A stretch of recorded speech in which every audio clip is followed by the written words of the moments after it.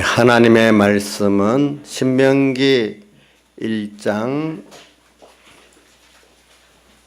28절부터 33절까지 봉독하겠습니다.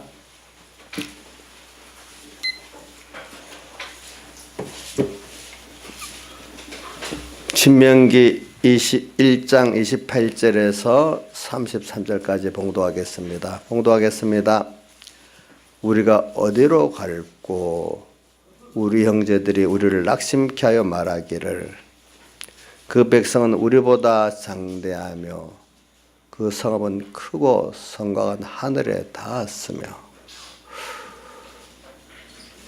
우리가 또 거기서 안악자손을 보았노라 하는도다 하기로 내가 너에게 말하기를 그들을 무서워 말라 두려워하지 말라. 너희 앞서 행하시는 너희 하나님 여호와께서 애굽에서 너희를 위하여 너희 목전에서 모든 일을 행하신 것 같이 이제도 너희를 위하여 싸우실 것이며 광야에서도 너희가 당하였거니와 사람이 자기 아들을 안음같이 너희 하나님 여호와께서 너희의 행로 중에 너희를 안으사 이곳까지 이르게 하셨느니라 하나 이 일에 너희가 너희 하나님 여호와를 믿지 아니하였도다. 그는 너희 앞서 행하시며 장막집 곳을 찾으시고 밤에는 불로 낮에는 구름으로 너희 행할 길을 지시하신 자니라. 여기까지 봉독했습니다. 오늘 이 말씀 혹시 깨닫는데 도움이 되기 위해서 하나 주제를 불러드리겠습니다. 본문 전체에 흐르는 주제를 말하는 겁니다. 하나님 아버지께서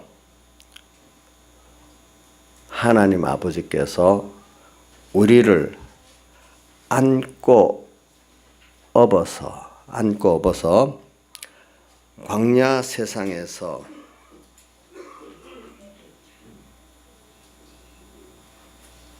양육하여 광야 세상에서 양육하여 천국으로 인도하시니까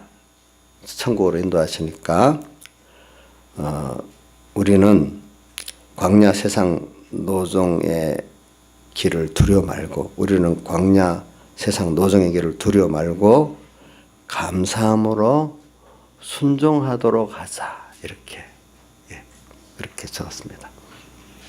오늘 우리가 참 이 세상이라는 게 어떤 그 예수 믿는 분인데 그 유력한 분인데 그분이 뭐 같은가 하니까 우리가 어릴 때는 이 광야에 산책을 나왔는데 좀 재미있게 놀라고 어느새 나이가 들어가다 보니까 고달픈 마라톤이 지겹고 고달픈 마라톤의 생애로 바뀌었다 이렇게 표현하는 게 인생이래요. 보니까 우리 어릴 때는 조금 더 크면 뭐가 좋을 것 지금도 재미있게 놀고 또 더 크면 또 자유로울 줄 알고 이래 산책까지 세상을 여겼잖아요. 그죠? 근데 갈수록 어떻게 되죠? 고달프고 이거는 그냥 걷는 게 아니라 힘들게 뛰어야 되는 거죠. 힘을 다하지 않으면 안 되잖아요. 힘쓰지 않으면 안 되잖아요. 고달프고 지겨운 끝없는 것 같은 마라톤이 돼버렸대. 대부분이 그렇게 인생을 살아가요. 깨닫지 못하면. 그런데 오늘 우리는 아까 깨닫는 사람들은 아까 제가 불러준 그대로의 사람으로 살 수가 있다 이 말입니다. 깨닫지 못하면은 지금 같은 그런 사람들 깨달으면은 우리가 이 광야 세상에서 아버지께서 나를 안고 업어가지고 잘 양육하면서 천국으로 인도하는 이런 길이기 때문에 세상을 두려워도 안 하고 무서워도 안 하고 감사함으로 하나님께 순종하면서 세상을 살아가는 사람이 된다 이 말입니다. 그래서 이렇게 간단히 주제를 말한다고 여러분들이 자 있게 되는 건 아니니까 하나하나 이 말씀대로 설명해 보겠습니다. 오늘 이 말씀에 보면 하나님께서 우리 31절 한 번 더 같이 읽어봅시다. 시작. 광야에서도 너희가 당하였거니와 사람이 자기 아들을 아름같이 너희 하나님 여호와께서 너희 형제 중에 너희를 아느사 이곳까지 이르게 하셨느니라 하나. 네, 하나님 여호와께서 형제 중에 너희를 아느사 하나님께서 우리를 안았다 그랬어요. 안았다. 그래 여기는 아버지란 말이 나오지 않지만 그 앞에 직접적으로는 자기 아들을 아름같이라는 말이 나오잖아요. 그죠? 아버지, 그러니까 아버지로서. 그래 성경에 이 구약 성경에 하나님을 아버지라고 처음 부른 사람이 모세예요. 모세. 저 보면 아버지 하나님 이렇게 나옵니다. 예. 근데 이제 구약 성경에 나오는 아버지는 정상적인 아버지를 말해요. 우리 하나님 아버지가 우리가 세상의 아버지의 원형이에요. 원형. 이 삐뚤어진 아버지를 말하는 게 아니고 말입니다. 예. 그래서 참 정상적인 아비가 자식을 아는 같이 너희를 안아갖고 오늘 광야 세상 여기까지도 인도했고 앞으로 천국까지 인도할 것이라고 이렇게 지금 우리에게 가르치고 있습니다. 그런데 이 말씀이 어떤 사람에게는 너무 험한 말같이도 들려지겠지만은 어떤 사람에게는 너무 선명한 글로 보이는 사람도 있을 수가 있어요. 똑같은 것인데 둘로 나눠져요. 예. 여러분들이 아직 무서운 거 제일 무섭다는 게 사람들 이래 보면은 고치지 못할 병에 걸리고 막 큰 고통을 당하는 사람들, 어떨 때는 암병 걸리고 또 어떤 병은 이거는 원인도 모르면서 계속 아프는 병이 또 있어요. 그래서 사람들이 이거는 그런 병에 걸려서 무서워하는 사람들, 또 그것 때문에 수술도 받고 투병사로 있는 사람들은 이런 말씀을 믿었다면 굉장한 평안이 올 수 있고, 믿지 못하고 듣는다면 헛된 소리 같이 그렇게 들릴 수가 있는 것입니다. 그래 또 어떤 사람은 이 병이 아닌 어떤 어려운 인간 문제 어려운 일일 때도 이렇게 들릴 수가 있습니다. 어떤 사람은 자기 진로 문제 어려운 일일 때도 이래 들릴 수가 있습니다. 어떤 사람은 경제 문제 어려움을 접할 때도 이렇게 들릴 수가 있는 것입니다. 그래서 저는 모든 사람들이 특히 병원을 이래 제가 가끔 가보잖아요. 내가 아파서 가는 게 아니라 가보면은 그 큰 대학병원들, 큰 대형병원들 가면 어찌 그래 사람들이 많은지, 그 아픈 사람들 때문에 먹고 사는 사람들이 너무 많더라고요. 보니까 주변에 약국으로부터 시작해가지고 음식점으로 시작해서 하나 거대한 주식회사 같아요. 근데 거기 오는 사람들이 가벼운 병으로 오는 사람도 있지만 큰 병원 찾는 사람, 중병으로 오는 사람들이 많아요. 참 그냥 그분들은 사는 자체가 너무 힘들어요. 예, 사는 자체가 너무 힘들어요. 살아가는 가정이 힘든 거예요. 죽지 못해 사는 사람도 많은 거예요. 그 안에 오는 사람들을 보면은. 여러분 여기 있는 분들은 다 건강하니까 그런 걸 모를 거예요. 모를 거. 그거는 사람이 겪어보지 않으면 모른다고 했으니까 모든 일이. 그와 똑같이 여기 아버지, 그런 사랑의 아버지를 경험 안 해본 사람 모른대요. 그래 오프라 윈프리라는 미국의 유명한 앵커면서 정치인인 그 사람이 자기는 어려서 아버지 엄마가 이혼하고 살고 엄마 밑에도 그렇게 나를 사랑한다는 말 한마디 사랑도 못 받아보고 그냥 살았기 때문에 자기는 어미 아비가 사랑해서 아픔에 안는다는 게 도무지 그게 처음을 안 해봤기 때문에 그 성구라는 게 믿어지지가 않는데요. 안 해봤으니까. 안 해본 사람 모르는 거예요.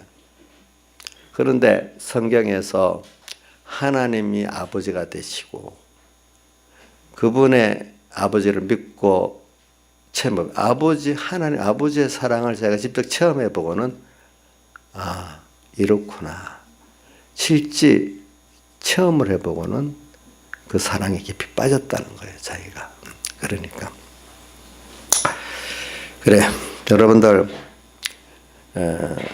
이제 오늘 여러분 큰 수술하는데도 큰 인간의 어려움 당하는데도 큰 경제 어려움 당하는데도 크게 진로에 어려움 당하는데도 오늘 내가 아버지 품에 안겨 있다 이래 믿는 사람하고 사랑하시는 하나님의 아버지 품에 안겨 있다는 사람하고 지금 이게 이 내용이 뭐냐 하니까 신명기는 여러분들 자 보세요. 지금 신명기 1장은 애굽에서 나와서 이제 시내산에서 1년 있다가 이제 저기 가나안을 앞에 두고 지금 1년쯤 지난 다음에 처음으로 지금 이스라엘 백성에게 지금 말하는 거예요. 1년 동안. 그다음 신명기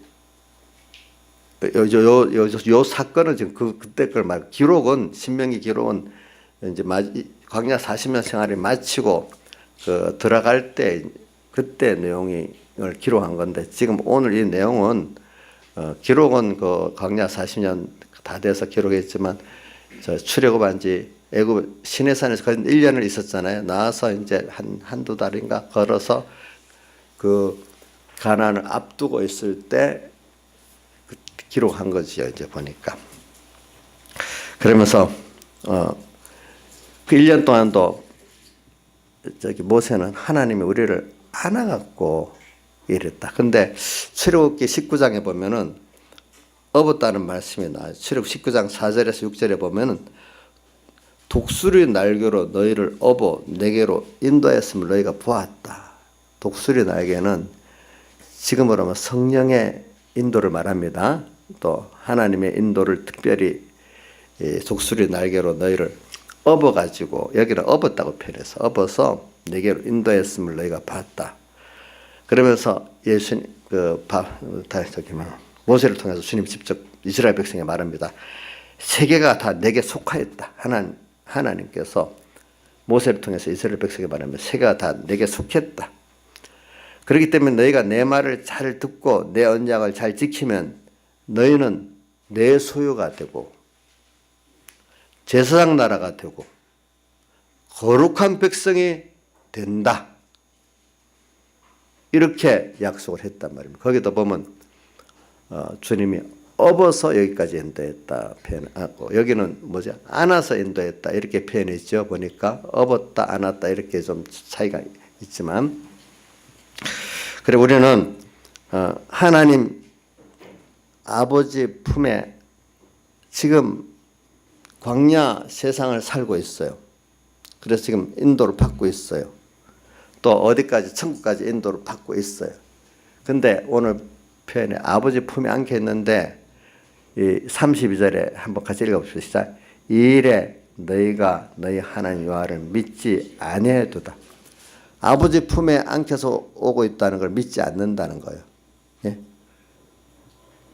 그분의 사랑과 그분을 믿지를 않는다는 거예요. 그런데 모세는 똑같은 걸 두고 믿는 사람이 됐어요. 믿는 사람이 됐어요. 또 여호수아 갈렙도 뒤에 보면은 믿는 사람이었어요. 같은 하나님의 성령의 인도를 따라 가고 세상 광야 노정을 통해서 지금까지 왔고 또 하늘나라까지 갈 사람인데 일부의 모세, 여호수아, 갈렙은 믿는 사람이고 그거를 나머지 백성들은 믿지를 못하고 지금 인도는 받고 있으면서도 믿지를 못하고 있는 거예요. 지금 우리가 나도 모르지만 우리 현실을 보세요. 내가 만든 거 없잖아요. 난 아까 나 집사님이 주일학교 떡 보고 과거 우리 학예미 때 어릴 때는 주일학교가 100명도 넘게 왔는데 지금은 한두 명이다. 이렇게 표현하는 거예요. 그 몇 년, 20 몇 년 후의 일인데 그걸 알지를 못하겠네. 1년 알지를 못, 그렇게 되리라고 생각도 안 해봤는데. 그러니까 우리가 이 길을 볼 때 알지를 못해요. 하나님이 이끌어 가시도록 지금 오고 있는 거예요. 근데 알고 보면은 하나님 현실을 만들고 우리 사랑하는 자는 주님의 품에 안아가고 이끌어오고 했는데 그거를 못 보는 거예요. 그것은 그냥 세상도 어떻게 내 계획대로 딱 생각했는데 안 돼. 또 그 주님 밖에서 살아놓으니까 세상이 자꾸 두려워. 처음에는 아까 어린애가 산책 정도 같이 생각하고 세상을 살았는데 어느새 세상이 무서워지고 두려워지고 지치고 지루하고 안 갈 수 없는 마라톤 같은 달려야 될 긴 생애를 살고 있는 거예요, 보니까. 그러나 우리가 오늘도 밤낮없이 하나님은 나를 안고 계신다는 것을 우리가 믿을 수 있다면 얼마나 감사하겠습니까? 그래서 지금 시내산 애굽에서 나와서 지금 시내강야로 돌아갔고 이제 시내산에서 떠나서 이제 1년 생활을 회고하면서 지금 모세가 하는 말인데, 근데 지금 이들이 간 광야는 사람들이 발을 들여놓아서는 안 되는 죽음의 계곡이나 마찬가지이기 때문에 그 신명기 1장 19절에 보면 크고 두려운 광야라고 모세가 친히 표현했어요. 크고 뭐요? 두려운 광야. 오늘 세상이 크고 두려운 광야가 맞아요. 우리 혼자의 힘으로는 이 거대한 이 세상 어떻게 살아남을 길이 없어요. 우리 입장에서는. 세상을 얕보면 안 됩니다. 세상이 무서운 세상입니다. 그렇기 때문에 찬송가 61장인가 이 세상 험하고 나 비록 약하나, 이 세상 험하고 나 비록 약하나, 이렇게 시작되잖아요.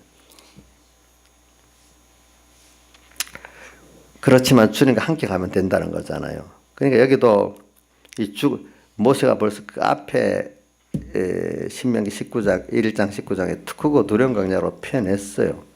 그만큼 이 광야라는 게 위험하고 참 무서운 공포가 도사리고 있는 곳이라. 바로 이 세상은 참 무섭고 공포가 도사리고 있는 세상이 맞긴 맞아요. 뭐 우리는 민주주의 사회니까 그런 걸 모른다 해도 저는 북한 같은데 저는 그 김정은이가 자기 밑에 신복도를 기관총으로 쏴서 분해시켜 죽여버렸는데 그런 거 생각하면 그 사람 참 공포스럽겠지요. 그죠? 언제 죽을 줄을 모르니까. 그러니까 그런 나라에서 기회만 있으면 좀 도망가고 싶을 거예요. 그래가지고. 중국은 그것보다 못해도 중국도 돈 있는 사람들, 돈 없는 사람들은 별 상관이 없지만 돈 있는 사람들은 그게 언제 뺏길지 모르기 때문에 결사적으로 돈을 외국으로 빼돌리고 있는 거예요. 그쪽 부자들은 또 보이지 않게. 세상이라는 게 딱 그런 거예요. 자기 때문에 두려운 게 꼭 있는 거예요. 어떤 사람은 병들어 있기 때문에 두렵고, 그죠? 고치지 못할 병. 저쪽에 저런 사람들은 생명의 두려움을 느끼고. 성경에 그거 보세요.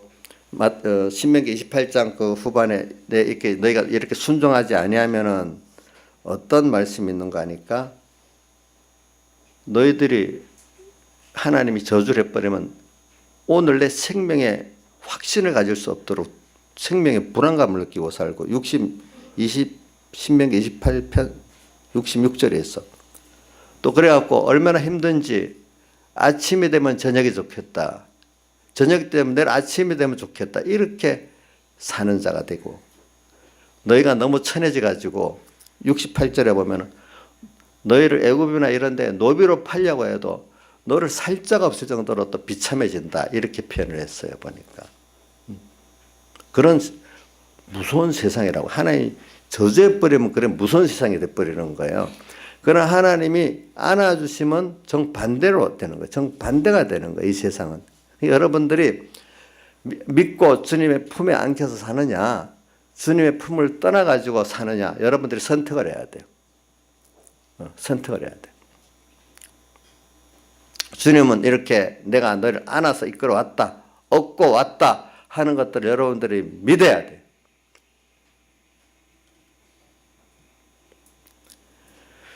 그래서 지금 오늘 백성들 보기에도 분명히 지금 모세가 말한 거 크고 두려운 광야에 들어와 있어요. 분명히. 모세도 지금 말했잖아요. 그런데 그런 안에서 모세는 하나님 아버지 품에 안겨 있으니까 두려워 말고 무서워 말아라 이렇게 표현한 거고, 분명히 모세가 이거 크고 두려운 광야 아니란 말은 안 했습니다. 안 한 게 아니고 했습니다. 그러는데 모세는 두려워 말고 무서워 말라 했고, 이스라엘 백성들은 겁도 없이 알지도 못하고 들어와 버렸어. 그래갖고 점점 너무 무서운 거야. 살아볼수록 무서운 거야. 광야에 들어와 놓고는 이제. 근데 돌아갈 수도 없어. 세상에 왔는데 어떻게 자살해 죽는다고 끝나는 게 아니에요. 세상이. 그래서 예를 들어 출애굽기 15장에 보면 출애굽은 출애굽기 14장이 애굽에서 나오는 시작이죠. 나와서 얼마 안 돼가지고 물을 구하지 못해갖고 모세가 원망하는 것도 나오고, 그 다음 쪽에 보면 며칠 굶어서 그런지 몰라도 배고프다고 아우성되는 게 나오고, 또 조금 있으니까 또 짐승들이 목말라서 넘어 쓰러지고 아이들이 목마르다고 하니까 그 부모들이 이성을 잃는 거예요. 그러니까 모세를 향해서 당장에 돌을 던져서 죽이려고 하고 있잖아요. 보니까. 그죠? 그때도 짧은 시일인데도 그랬잖아요. 짧은 시일인데도. 거기다가 뭐 생각해 보세요. 며칠에 한 번씩 천박을 걷었다 폈다, 배고프고 덥고 춥고 힘든데 그 일이 얼마나 짜증나겠어요. 예? 뭐 먹는 것도 맨날 만나 하나, 뭐 이런 식장도 단조롭기 때문에 재미도 없고, 배고프지 않지만 또 먹으면 단조롭고, 그 광야 생활이 그들 믿음 없는 자기들 보기에는 고달픈 생애고 두려운 생애인 거예요. 지금 세상 보세요. 어떻게 살아 잘 보면은 하나님 없이 세상을 보면 세상이 고달프고 살아갈수록 단조롭고 두려운 거예요, 여러분들. 또 그 안에 사랑끼리, 그 안에 이스라엘 백성끼리 분쟁 끝이지 않지. 세상 살아보면 가족끼리 싸움하고 친구끼리 싸움하고 세상끼리 싸움하고 분쟁이 끝이지 않지. 날씨가 어떨 때는 그렇지. 뭐 짜증나는 게 연속이지. 그렇지만 이 똑같은 현실을 두고 지금 그 생각들을 지금 제가 말하고 있는 거예요. 그런데 이스라엘 믿음이 없는 다수의 이스라엘 백성의 눈에는 광야 생활이 하나님의 사랑하시는 품에 안겨서 걸어가는 삶이 아닌 거예요. 고달프고 힘들고 단조롭고 짜증나고 불안한 생활이에요. 하나님 없이 세상만을 보면 그런 거예요. 내일을 알 수가 없잖아요, 자기들.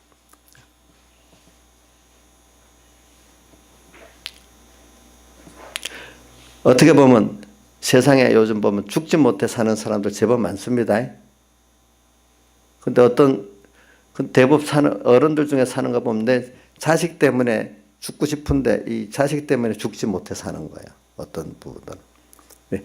그래도 요것들이 조금 더 커서 뭘 해야 할 때까지 키워줘야 되니까. 이제 그래 자식 때문에 죽지 못해 사는 사람은 우리 이 안에도 있을 거예요. 예, 어떻게 보면은.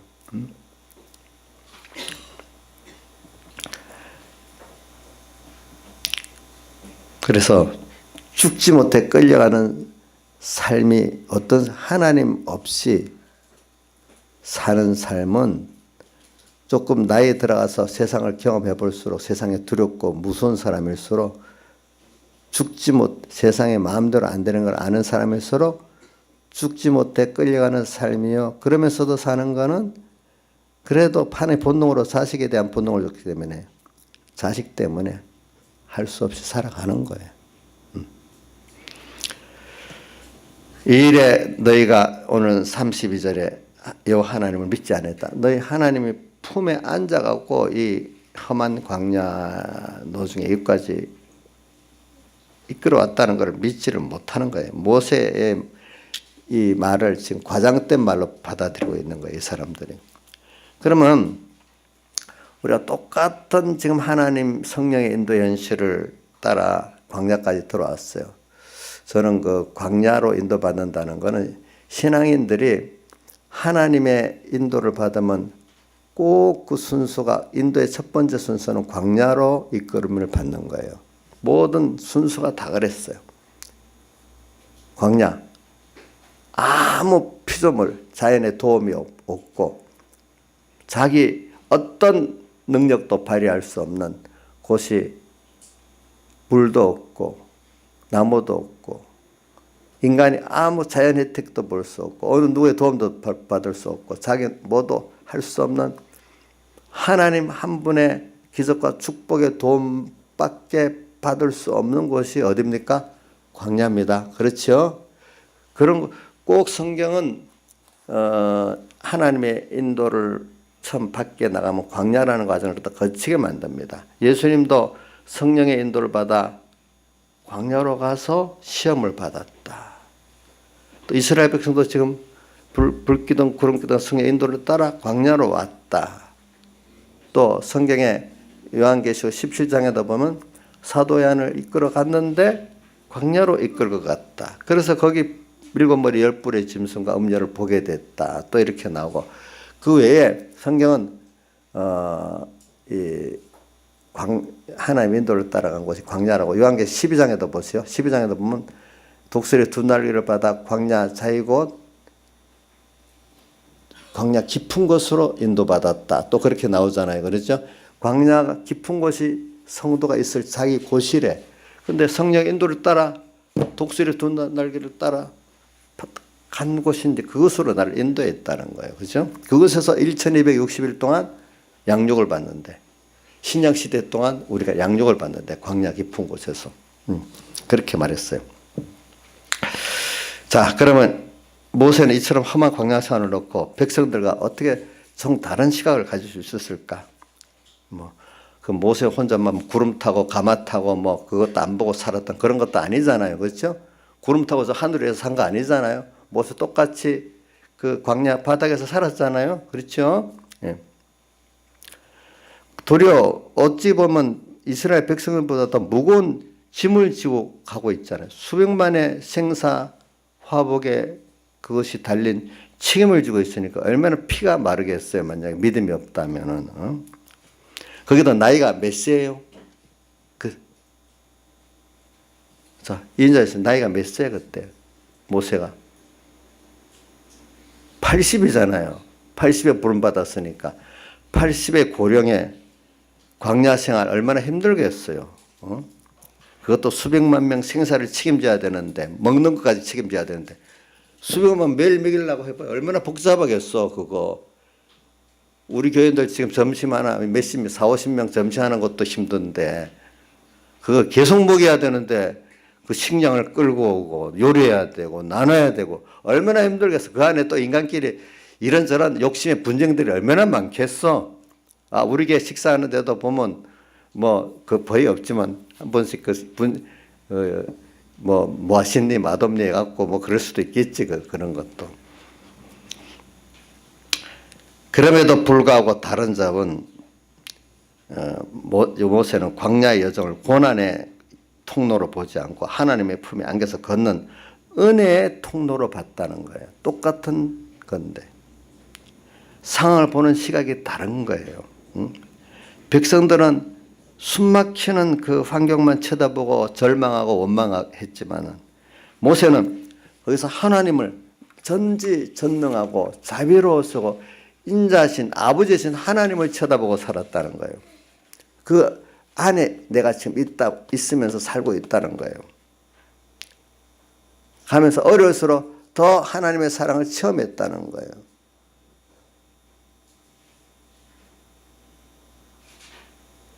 우리가 평안하면요 부모의 사랑을 모릅니다.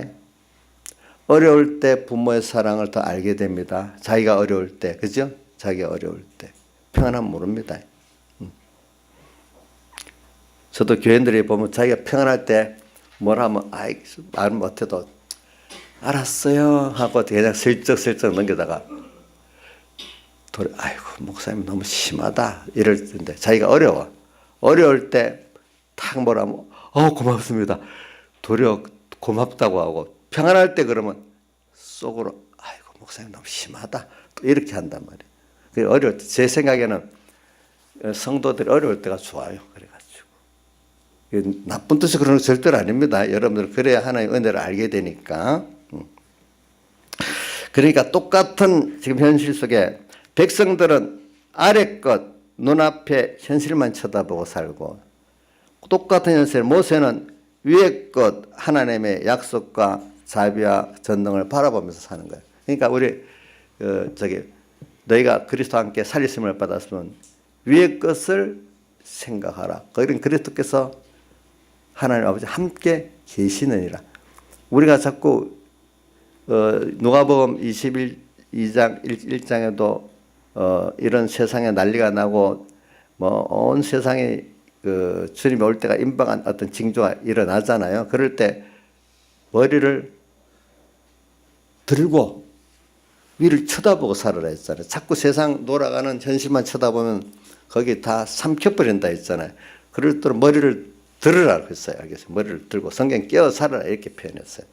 오늘도 우리가 모세는 항상 머리를 들고 주님을 쳐다보고 주님의 그 뜻을 쳐다보고 주님의 자비를 생각하고 주님의 전능을 생각하면서 살으니까 오늘 이스라엘 백성같이 맨날 세상만 쳐다보고 사람만 쳐다보고 눈앞의 현실 옷만 보고 그 이면에 하나님의 긴 구원의 계획을 못 보고 하니까 어떻게 전부 다 이렇게 똑같은 현실을 두고 달라지는 거란 말입니다. 세상이. 그래 오늘 여기서 우리는 주님이 우리를 품었다는 걸 알아요. 그분 아버지로서 나를 품었다는 거. 아버지. 그래서 성경에 나타나는 우리 누가복음에 보면은 그 탕자의 아버지 같은 사람 참 인자한 아버지 아니겠습니까? 그렇죠? 그래서 성경에는 예수님은 우리를 위해서 기도하는데 요한복음 17장 우리를 위한 그 마지막 그 저녁에 그 기도에 이 하나님을 아버지라고 부르는 게 37번이 나온다 그래요. 아버지, 아버지 이렇게. 네. 참 이게 여기 제가 그건 난 느꼈어요. 사람들이 보니까 우리 육신의 아버지도요. 같이 있으면서 안아주고 같이 이야기해주고 놀아주면 아버지라고 자연스럽게 부르는데 어떤 분들은 어려서부터 이런 분이 있더라고요.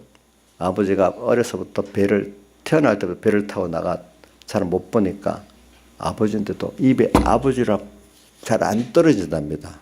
그래가지고 잘 못 봤으니까 아버지는 맞는데 아버지라고 잘 불러주지 않고 아버지를 부를 때 그 사랑을 못 느낀다는 거예요. 보니까 못 느껴. 그러니까 이게 우리 하나님하고도 여러분들이 얼마나 참 같이 이렇게 지내나에 따라서 하나님이 입으로 아버지라고 부르는 게 자연스러울 수 있고, 두 번째는 정말로 그분의 사랑 안에 내가 안기고 있다는 건 더 깊이 체험해야 되는 거예요. 그런 것들은. 알겠죠? 네. 이제 그래서 우리가 품에 앉았다. 신명기 1장 31절에 그 말씀 거기 너희를 이곳까지 이르게 하셨다. 지금까지 격려 또 대신도 30절에 보면 너희를 위해 싸우신다는 말씀까지도 있어요. 그래서 이렇게 우리를 대신해서 싸우시고 또 안아주시기까지는 하나님, 지금까지 이렇게 해왔던 하나님에 대해서 모세의 고백은 감격이 너무 감사한 거예요. 과거를 지나 배고플 때 만나를 주셨어. 목탈 때 반석에서 물을 내주셨어. 고기가 먹고 싶다 할 때 고기를 주셨어. 오랜 여정 가운데 발이 부르트지도 않았어. 하나하나 생각해 보니까 너무 감사하고 감격한 게 많았는데 도리어 이 이스라엘 백성 입장에서 볼 때는 그 배고프기까지 그 순간, 목마르의 그 순간, 이런 것들만 남아있고 앞으로에 대해서 하나님의 믿음이 없으니까 미래에 대해서는 불안만 하고 또 그 안악 자손들이나 그 거기는 너무 겁나서 못 가겠고 주님이 가라고 하는데도 자기가 못 가겠고 세상 또 광야 들어오는 대로 또 생각해 보니까 자기들이 뭐 밥, 의식주에 대해서 권리가 없는데 그것도 무섭고 모든 게 다 무서운 거야. 자, 믿음이 없이 뭐 하나의 명령도 믿음 없이 못 지키니까 그거 가는 것도 무섭고 또 믿음 없이 세상을 살라 해도 그것도 무섭고 다 그래. 이제 어떻게 해야 되겠어? 예? 그럼 그 자리 그대로 죽어버릴 거예요? 가지도 못하고 오지도 못하고 가라는 건 못 가고 광야 생활은 또 다 살기가 겁나고 이게 제가 길게 시간을 끄는 거는 왜냐하면 뭐 구원 도리만 원리적으로 탁탁탁 말하면 쉬울 건데 안 하는 거는 여러분들의 그런 심령을 우리 같이 이렇게 읽어보면서 우리 모세 같은 이스라엘의 그 일반적인 백성의 심정도 한번 생각해 보면서 또 모세의 이게 믿음의 그것도 한번 생각해 보게 실감을 가지고 해서 내가 그러는 거예요. 알겠죠? 네. 왜 저는 설교를 할 때 원리적인 설교가 물론 중요한데 원리적으로 하면 알아서 적용하고 살 줄 알아도 거의 그렇게 못 살아요, 사람들이. 그래서 좀 많이 못 가르쳐도 실제적인 면에서 좀 적용할 수 있도록 가르쳐 보려고 제가 어떨 때는 이렇게 좀 시간을 끌 때도 있습니다, 여러분들. 그래서 그 다른 분들이 저 설교를 듣고 느끼는 게 뭐냐면 목사님은 그 실제적으로 살 수 있을 때까지 가르쳐 주는 게 독특하다고 이제 그렇게 해요. 다른 분들 보면은. 왜 제가 살아본 경험이 있기 때문에 많은 목사님들이 원리적 설교를 했는데 나중에 보니까 하나도 모르더라는 거예요. 그렇게 안 살다더라는 거예요. 말로 들어보면 아는데 원리는 아는데 생활에 적용을 못하고 사는 거예요. 다 보니까. 그래서 성경도 보면 어떨 때 신앙의 원리도 있지만 이런 실제적인 어떤 상황을 설명을 신명기나 출애굽 같은 경우는 그런 게 다 나와 있잖아요. 그죠? 그런 것도 우리가 하면서 해야죠. 그래. 자, 우리가 보니까 첫째는 앞으로 너희를 위해서 30절에 보니 싸운다. 세상의 죄와 마귀와 사망 모든 사람들 원수들 싸워야 될 세상이 얼마나 많은지 몰라요. 내가 직접 싸우면 다 패배해요. 내가 하나님을 따라서 하나님 앞서가 내 따라가면은 내가 안 싸워도 다 승리하게 돼 있어요. 어떤 분이 자꾸 제 자랑하려고 그러는 거 아닙니다. 어떤 분이 저보고 아이고 우리 김 목사님하고 싸우면 이길 사람이 없겠다 그래. 왜? 우리 장원민 집사님 아버지 장 목사님이 그래요. 나하고 싸우면 이길 사람이 없대. 왜? 나는 직접 싸우질 않거든요. 직접 화가 내서 막 화내고 뭐하고 안 싸우면 가만히 있어요. 가만히 있고 하나님께 기도를 해요. 그럼 달려들 사람 싸울 게 없는 사람 그냥 끝나버리고 또 기도라면 하나님이 하죠. 그러니까 조용하게 이겨버리면 조용하게 내가 안 하는 누가 했죠? 하나님 하시니까 조용하게 승리하는 거예요. 그런 것들이 보니까 조용하게 승리해. 대신 싸워주니까. 내가 싸우려니까 너무 겁나고 무섭죠. 그죠? 주님이 난 싸울 생각을 안 해. 주님한테 딱 피하면 돼. 이래도 주님 알아서 이거 해주세요. 주님이 대신 싸워주시는 거예요. 근데 내가 싸우려니까 무슨 성벽이 가난에 들어가려니까 안악자손들, 장대한 거인들, 높은 성벽 이거 할 수가 없잖아요. 없잖아요. 저도 많이 세상에 두려움을 많이 느낍니다. 없어. 근데 여호수아 갈렙이 하나님이 같이 하면 된다고 했잖아요. 자기 힘으로 안 되고. 그리고 거대한 일도 겁 없이 되던 거는 하나님이 현실을 주셨지? 그럼 나는 하나님 앞에 나가고 내 뒤따라 가면 되겠네? 하나님이 하실 거니까. 내가 싸우려면 도무지 할 수 없어요, 여러분들. 안 된대도요. 근데 하나님이 하시는 것 같으면 따라만 가면 돼. 따라가면 어느새 하나님이 다 대신 싸워 놓은 거예요. 1번, 대신 싸운다. 근데 내가 싸우는 건 아닙니다. 그분 따라가면서 있으면 됩니다. 예, 성령의 음성을 오늘 찬송과 같이 그 음성만 듣고 순종하면 되는 겁니다.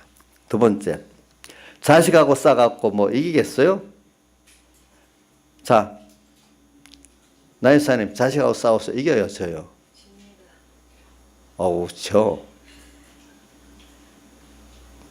우리 목사님들도 그럽니다. 목사님들도 교인하고 싸우면 목사가 다 100% 진대요. 교인들하고 싸워봐야 소용이 없대요. 부모도 자식하고 싸우면 진대요. 그거는 싸우지 말고 이기는 방법이 있어요. 하나님이 따라서 하면은 하나님 다 감동시켜서 해주니까 좀 기다리면서. 그러니까 싸울 대상을 봐도 그냥 내가 싸우려니까 두려운 것밖에 없어요. 예?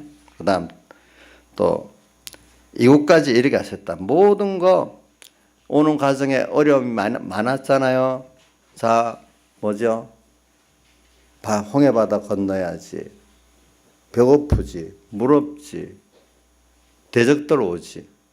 주님께서 그때마다 다 해결해 주셨잖아요. 여기까지 이르게 하셨어. 영육의 모든 것들을 다 주어서 이르게 하셨어.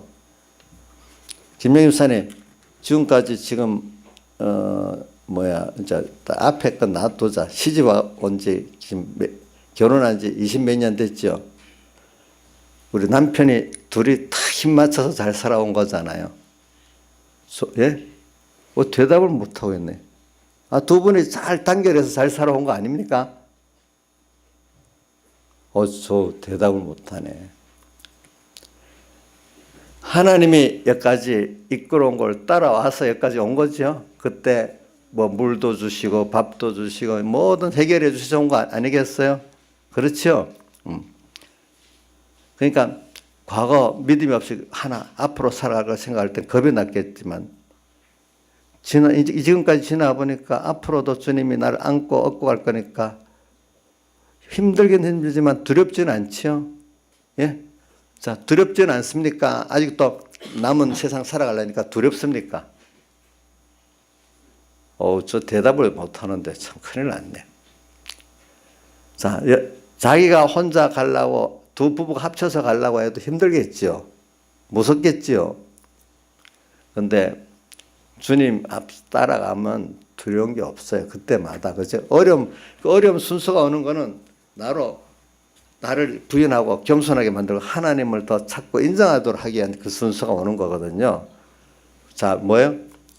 목마르고 배고프고 또 대적들이 일어나고 뭐 이런 게, 자, 주님 능력 없어서 그런 거 아니에요. 그럴 때 자기의 연약함을 깨닫고 힘들 때 주님이 딱 도와주시니까 주님이 어떤 분인지 알고 자기가 겸손하게 되는 거잖아요. 이 광야의 노정 양육이 뭔 줄 압니까? 내가 부인되면서 겸손하게 만들고 거기서 하나님이 높아지고 그 크심을 믿고 사랑을 알게 만드는 게 우리 양육의 과정이에요. 하나님을 배우고 자기는 거기에서 부인되는 게 양육 과정입니다. 알겠죠? 양육 과정이 뭐라고요? 김창수 집사님? 부자 되게 하는 게 양육 과정이에요? 부자를 만들어주는 게 양육 과정이에요? 하나님 부자 되게 하는 게 양육 과정이죠. 그렇죠? 하나님으로 하나님 부한 거. 거기에 모든 게 다 들어있거든. 그러니까 누가복음 12장 그 어리석은 부자의 그 비유에 뭐냐고 하니까 하나님으로 부하지 못하고 새 재물로만 부하려 했던 자의 결국이 이렇게 어리석다 이렇게 표현했잖아요. 왜? 그 앞에 사람의 소에 넉넉한 사람의 생명이 그 수에 넉넉한 데 있지 아니하리라 하면서 어리석은 부자의 비유를 말씀해 줬단 말입니다. 그래, 이것까지 지금까지 그렇게 인도해 왔기 때문에 앞으로도 그렇게 인도하실 거라고 모세는 믿는 거예요. 그런데 이스라엘 백성은 그거를 믿지를 못하는 거예요. 셋째로 너희 길을 지시한 자다. 이 광야 들어가면요, 사막 같은 데 가면 길을 몰라, 어디 갈지도 몰라요. 여러분들 사진 같은 걸 보면 알겠죠? 광야나 사막 같은 길이 없어요. 이 세상도 보면 어떻게 살아야 될지, 뭐가 옳은지 길이 없어요. 그러나 하나님이 오늘 우리에게 진리의 말씀으로 또 현실로서 또 하나님의 간섭으로서 길을 보여주시고 있는 거예요. 우리가 하늘나라까지 가고 하나님을 향해 간다는 길을 확실히 보여주고 있고, 그 과정에서 어떻게 살아야 될지 말씀으로 깨우쳐주고 있고, 확실한 길을 보여주고 있는 게 우리에게 얼마나 감사한지 모르잖아요. 그렇죠? 그런데 스스로 이 길을 몰라요. 그래서 이런 길 가운데 하나님이 자기 백성을 안으시고 또 아까 독수리날 걸 업어갖고 여기까지 인도해 주시는 그런 분이라는 것을 깨달으니까 모세는 어떤 백성의 말에도 흔들리지가 않는 거예요. 모세는 평생 하나님은 자비로우신 하나님으로 생각하고 신뢰하고 사랑하고 살았어. 그는 항상 광야 생활 속에서 본인이 하나님의 품에 안겨서 살았어. 그래서 39년을 살고 이제 죽을 때도 한 번 더 신명기 31장 앞에부터 쭉 나와 있지만 대부분 31장 이후에 쭉 보면 나오고, 그것들 노래로 불러서 부르게 했어. 노래. 왜 노래를 부르게 했을까요? 노래를 해야 잊어지지 않고 계속 부를 수 있잖아요. 잘 잊어지지 않도록 노래를 불렀어. 그래서 32장에 보면은 32장 6절 한번 펴보세요. 넘겨보세요. 32장 신명기 32장 6절. 우매무지한 백성아, 여호와께서 이같이 보답하느냐? 이제 앞으로 일어날 일을 생각하고 하나님께 받은 은혜를, 우매무지한 백성아, 여호와께서 여호와 하나님께 너 이같이 보답하고 이렇게 망령되게 하면 되느냐 이 말입니다. 보답하느냐? 그는 너를 얻으신 너희 아버지가 아니시냐? 너를 지으시고 세우셨다. 아버지라고 표현했잖아요. 여기서 그죠? 아버지라고. 예. 자, 이제 앞으로 이 이스라엘 백성이 이 가나안에 들어가서도 은혜 생활을 못하고 망령되 생활을 할 거를 또 예언을 했어. 이 안에 보니까. 그럴 때 너희 아버지 그를 생각하고 살아라 이 말이죠. 구약 성경에는 아버지를 제일 먼저 부른 사람이 모세라고 했습니다. 예. 그래서 모세는 자비로운 아버지를 보았어요. 숨이 끊어지게 돼도 백성에게 하나님은 너희 아버지가 아니냐고, 오늘 얼마 안 있으면 모세가 여기 죽습니다. 죽기 전에 지금 백성들에게 하나님은 너희 아버지라고 지금 강조를 하고 있습니다. 너를 안고 가는 아버지라고. 그죠? 네.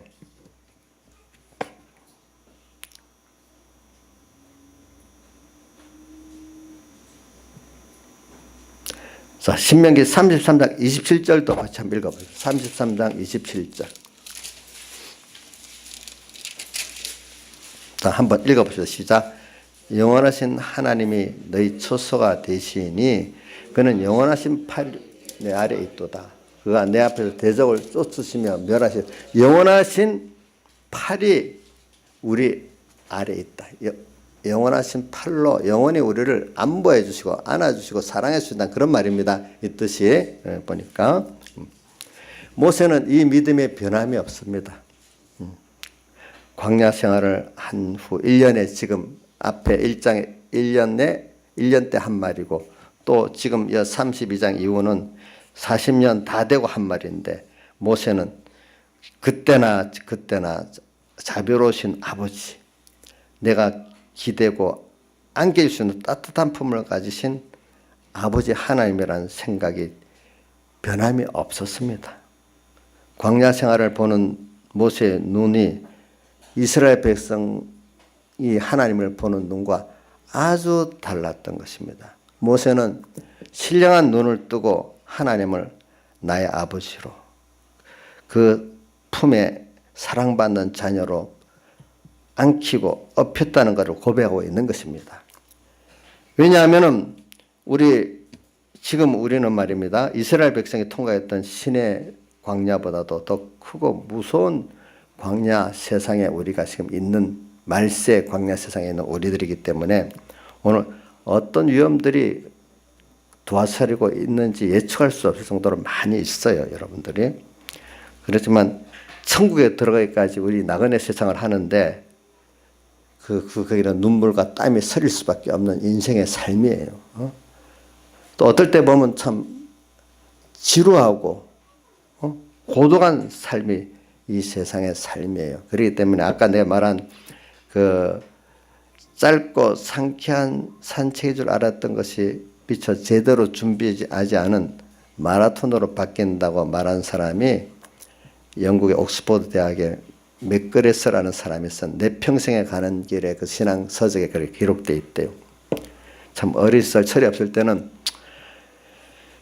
부모의 사랑을 듬뿍 받고 산책을 걷는 것 같이는 느끼는데 좀 더 나이가 들어보고 사춘기가 지나가고 세상에 부딪혀 보니까 준비 안 된 채 그만 죽지 못해 사는 지겨운 마라톤의 인생으로 바뀌는 사람들이 대부분이다.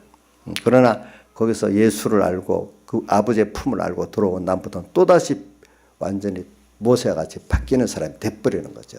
그런 걸 알고 나야 그동안에 우리의 생수를 마시는 거, 주님으로부터 오는 생수를 마시는 그 기쁨을 아는 것 같이 그런 세상 속에서 주님을 알고 주님의 부활을 발견하니까 이렇구나. 인생이 새로워지기 시작하는 거예요. 그때부터. 그죠? 인생이 새로워지지. 하나님 없이 세상을 남은 세상 살아보세요. 얼마나 힘든가. 응? 지루한 인생이죠. 갈수록.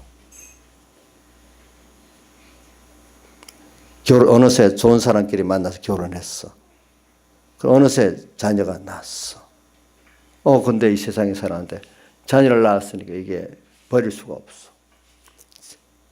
너무 세상이 힘든데 이 자식이라도 위해서 어떻게 살아야 되겠어. 그렇게 사는 인생이 얼마나 피곤하겠어요. 본능적으로 사는 인생인데. 우리는 하나님을 보고 살아가면 자식 하나 키우는 것도 얼마나 힘들지 않고 그게 귀한 거예요. 귀한 거. 귀한 거. 요즘 여자들이 결혼하려면 자식 하나 낳아서 키우는데 돈이 너무 많이 들어가니까 뭐 몇 억 들어간다네. 10억 계산해. 그 돈 내가 써야지. 자식한테 쏟을 수 없다. 또 이러고. 어떤 사람 뭣도 모르게 자식을 낳았대. 철없이 저질러 놨 인생이니까 할 수 없이 살아야 되겠다. 이런 식으로 생각한다는 거예요. 많은 여자들이. 자식을 낳았는데 그냥 저질러 놓고 할 수 없이 살아야 된다고 산대. 어떤 사람들은. 그 의미를 사랑으로 생각 안 하고 말입니다. 그렇죠?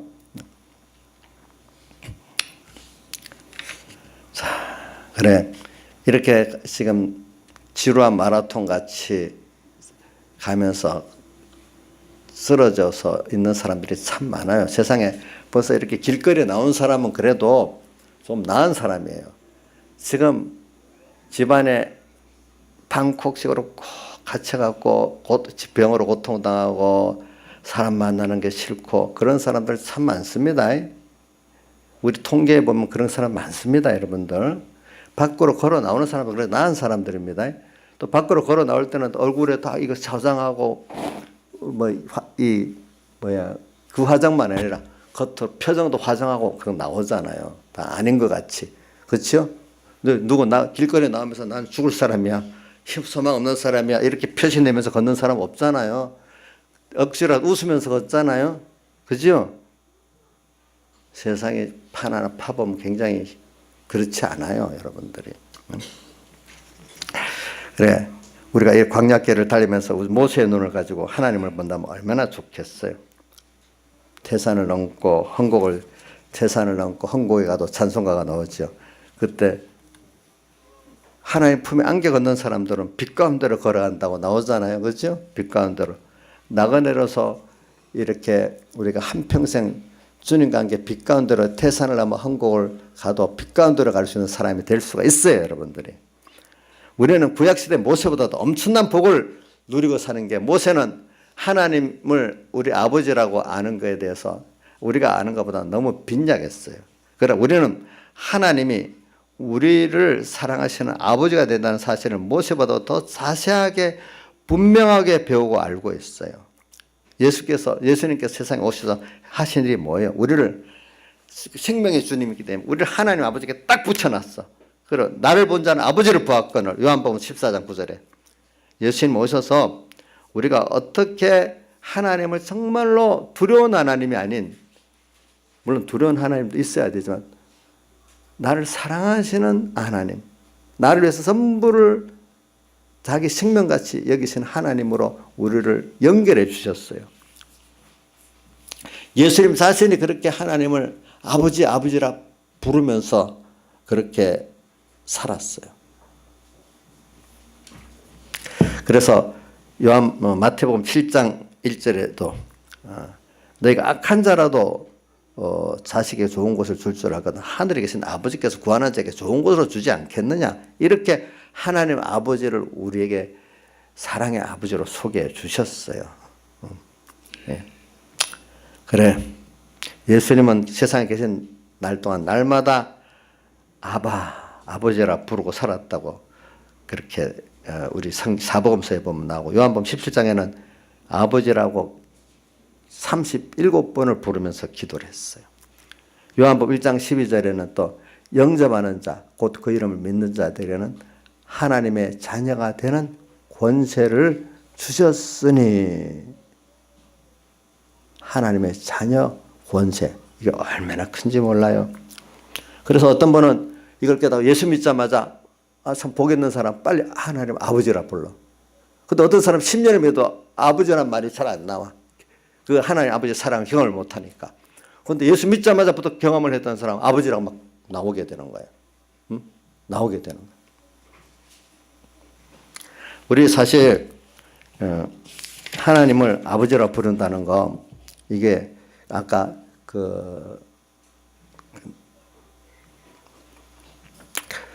아까 제가 말한 사람 이름 뭐지? 그 사람 미국의 그 흑인, 그러니까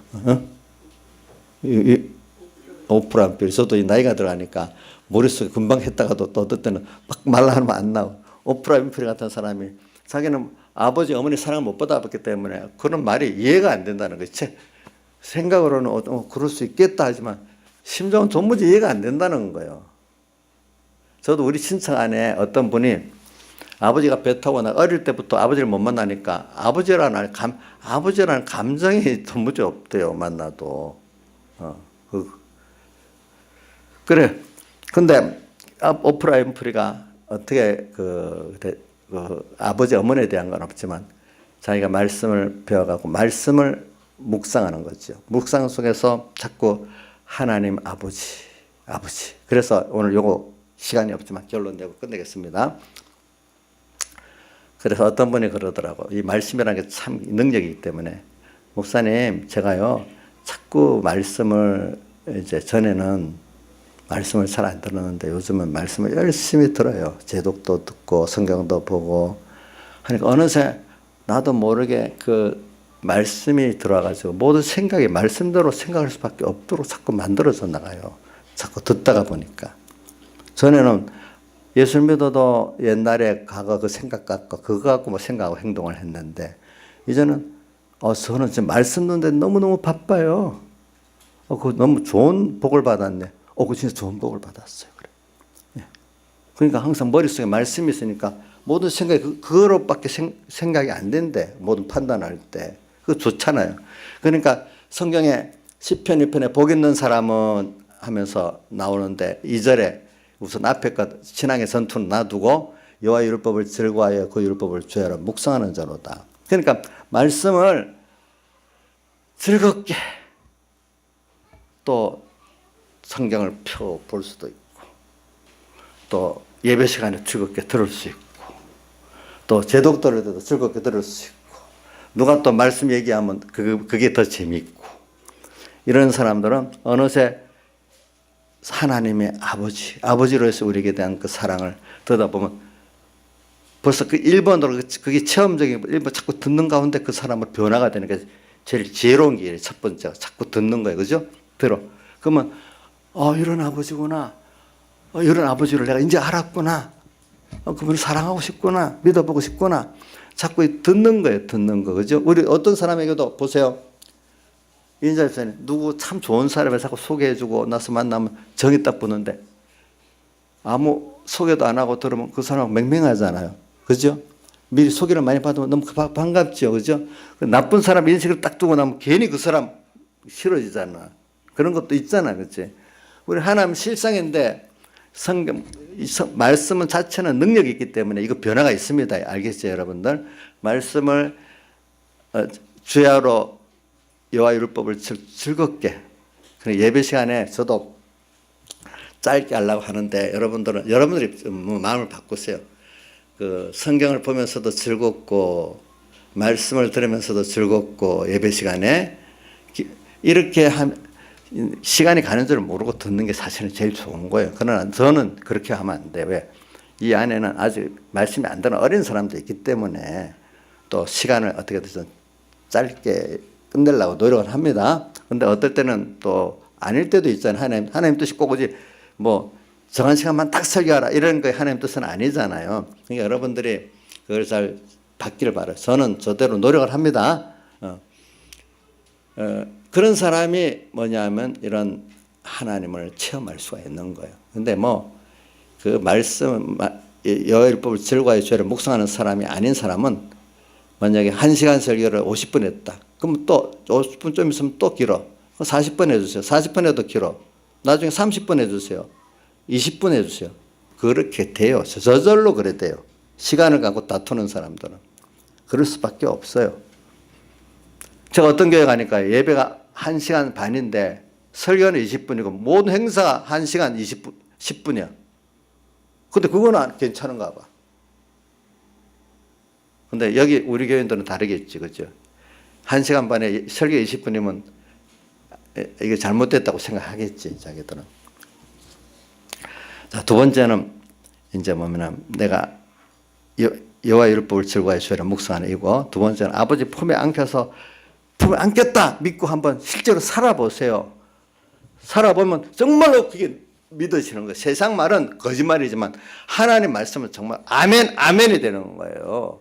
그래서 요한복음 6장 8장 31절에 너희가 내 말에 거하면 참 내 제자가, 말씀대로 일단 던져놓고 순종을 해보세요.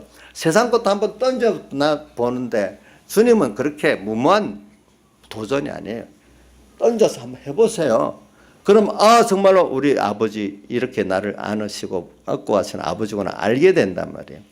그래서 더욱더 이 험한 세상 속에 믿음 없는 이스라엘 백성같이 삭막한 세상으로, 지루한 세상으로, 지친 세상으로 살지 않고 그 모든 게 하나님의 사랑을 더 배우고 느낄 수 있는 이 세상으로 살아갈 수 있다 이 말입니다. 다 같이 주님께 기도드리겠습니다.